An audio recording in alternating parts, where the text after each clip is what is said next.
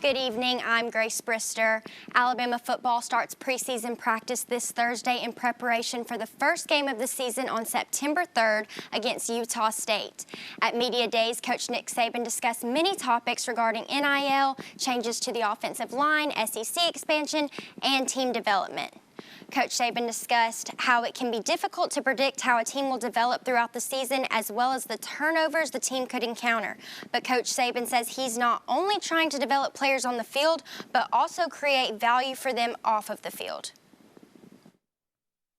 In terms of their personal development, their academic development, ability to develop a career off the field, which really prepares them for their future after football, and how can they develop a career, as a football player. So all these things contribute to how players can be more successful in life. And I still think, the focus needs to be on how do we continue to be able to have the kind of program that's going to help players develop value for their future.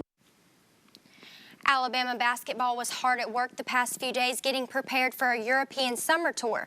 Bama will leave August 5th for Barcelona and will also play in Paris on the trip. The Tide will play the Spain select team, Lithuania B team, and Chinese national team during their foreign tour to Spain and France. Yesterday, the Tide played a scrimmage that was open to the public to get ready for the foreign tour. On Friday, Coach Nate Oates discussed the most veteran player on the team, Darius Miles, and how he has been a very vocal player on the court, in the locker room, and how he's been putting in the extra work at practice.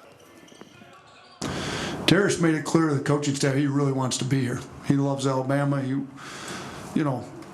What was wrong with Darius last year, he took ownership for, wants to fix it. Darius is naturally outgoing, talkative. He's been here the longest. It makes sense that he leads. We just need him to be consistent in his effort every day. And if he's that, he can be that leader that you saw out there today. The annual Jackson Evans Tennis Cup wrapped up today at North River Yacht Club. This was a record-breaking event with 195 participants from men and women of all ages. The tournament was organized into 3 divisions: men's doubles, mixed doubles, and men's singles.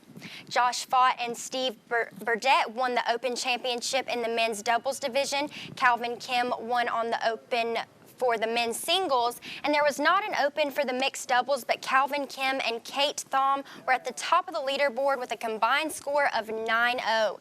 Every player got a swag bag with t-shirts, towels, hats, water bottles, and every player also got a trophy. There was also a trophy for the champion, runner-up, and Constellation Game winner. Participants shared what they loved about the week-long event. Honestly, I think it's just getting out, getting to play some really good tennis, but also, enjoying it because of the people that you're playing against and playing with. Not only are they good players, they're even better people to be around, both on and off the court. So it's fun where you can get both sides in. Through playing this, I've met another group of guys who have joined a tennis league with them. And so, I'm playing this afternoon with some of those guys. So, new friends, old friends, camaraderie, a great facility. This has just been awesome. Time for baseball. The Braves taking on the Arizona Diamondbacks today, looking for the series sweep. Max Fried was on the hill for Atlanta. He was lights out today. In the first inning, you see Fried strike out the side and would go on to throw 6 more innings of shutout baseball. Just dominated Arizona. The Braves could not give Fried any run support as the score was tied at 0 until the 9th. Matt Olson on first with Austin Riley at the belt, and he crushes one into the gap in right. Olson was able to fly around the bases and win it for the Braves 1-0. Braves currently sit at 3 games back of first. The final round of the Rocket Mortgage Classic at Detroit Golf Club was earlier today, and Tony Finau finished at the top of the leaderboard, finishing at 26 under to become the first back-to-back regular season winner since 2019 after winning last week's 3M Open. Finau bogeyed just once in the whole tournament and finished strong, dominating on the back 9 today to clinch the win, and he birdied 4 times on the last 9 holes. The NASCAR Cup Series wrapped up its July schedule with the Verizon 200 at the Brickyard at the 14-turn Indianapolis Superspeedway. Tyler Reddick beat Ross Chastain by just over half a second in overtime. This is the first time the race has returned since 2020. For Reddick, this was his second win of the month, second of his career, and second at a road course. Next Sunday, the Firekeepers Casino 400 will take place at Michigan International Speedway at 2 p.m. NBA legend Bill Russell passed away earlier today. His family said on social media that Russell passed away peacefully Sunday with his wife by his side. Russell led the Boston Celtics to 11 championships, including 8 straight titles from 1959 to 1966. Not only was he the first black head coach in the league, but he was also the first black head coach to win a championship.